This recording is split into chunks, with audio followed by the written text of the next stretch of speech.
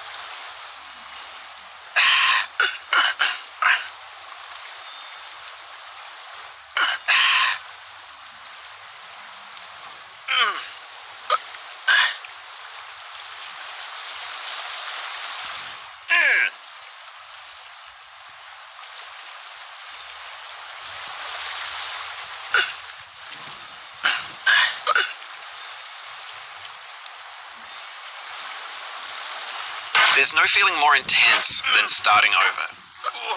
If you deleted your homework the day before it was due, as I have, or if you left your wallet at home and you have to go back after spending an hour in the commute.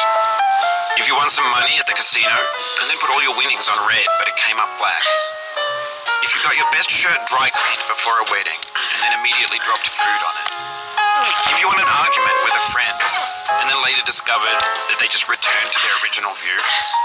Starting over is harder than starting up. If you're not ready for that, like if you've already had a bad day, then what you're about to go through might be too much. Feel free to go away and come back. I'll be here.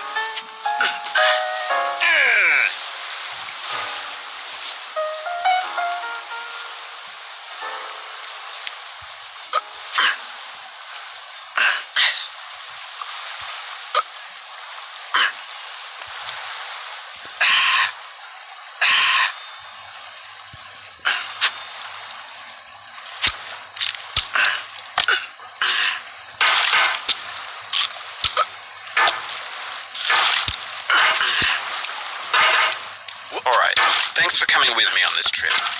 I'll understand if you have to take a break at any point. Just find a safe place to stop and quit the game. Don't worry, I'll save your progress, always, even your mistakes. This game is a homage to a free game that came out in 2002, titled Sexy Hiking. The author of that game was Jazuo, a mysterious Czech designer who was known at the time as the father of B games. And B games are rough assemblages of found objects. Designers slap them together very quickly and freely, and they're often too rough and unfriendly to gain much of a following. They're built more for the joy of building them than as polished products.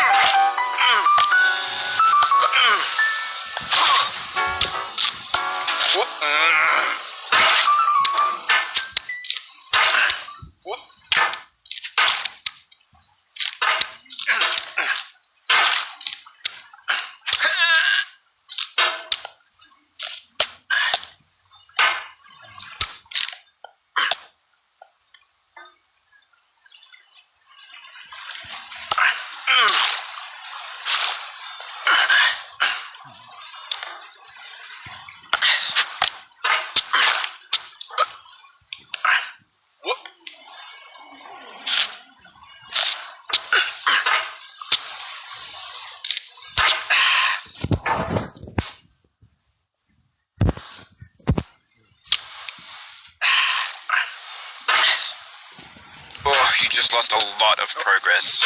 That's a deep frustration, a real punch in the gut.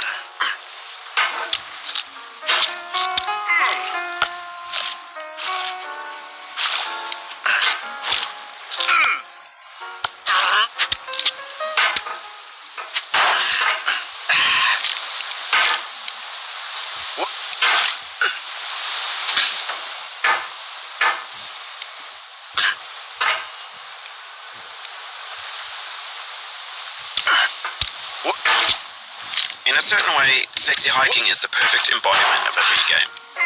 It's built almost entirely out of found and recycled parts, and it's one of the most unusual and unfriendly games of its time. In it, your task is simply to drag yourself up a mountain with a hammer. That act of climbing in the digital world or in real life, has certain essential properties that give the game its flavor. No amount of forward progress is guaranteed. Some cliffs are too sheer or too slippery, and the player is constantly, unremittingly in danger of falling and losing everything. Anyway, when you start sexy hiking, you're standing next to this dead tree that blocks the way to the entire rest of the game. It might take you an hour to get over that tree, and a lot of people never got past it. Prod and you poke at it, exploring the limits of your reach and your strength, trying to find a way up and over. And there's a sense of truth in that lack of compromise. Most obstacles in video game worlds are fake. You can be completely confident in your ability to get through them once you have the correct method or the correct equipment or just by spending enough time. In that sense, every pixelated obstacle in sexy hiking is real. The obstacles in sexy hiking are unyielding, and that makes the game uniquely frustrating. But I'm not sure Jazzuo intended to make a frustrating game. The frustration is just essential to the act of climbing, and it's authentic to the process of building a game about climbing. A funny thing happened to me as I was building this mountain. I'd have an idea for a new obstacle, and I'd build it, test it, and it would usually turn out to be unreasonably hard. But I couldn't bring myself to make it easier. It already felt like my inability to get past a new obstacle was my fault as a player rather than as a builder. Imaginary mountains build themselves from our efforts to climb them, and it's our repeated attempts to reach the summit that turns those mountains into something real.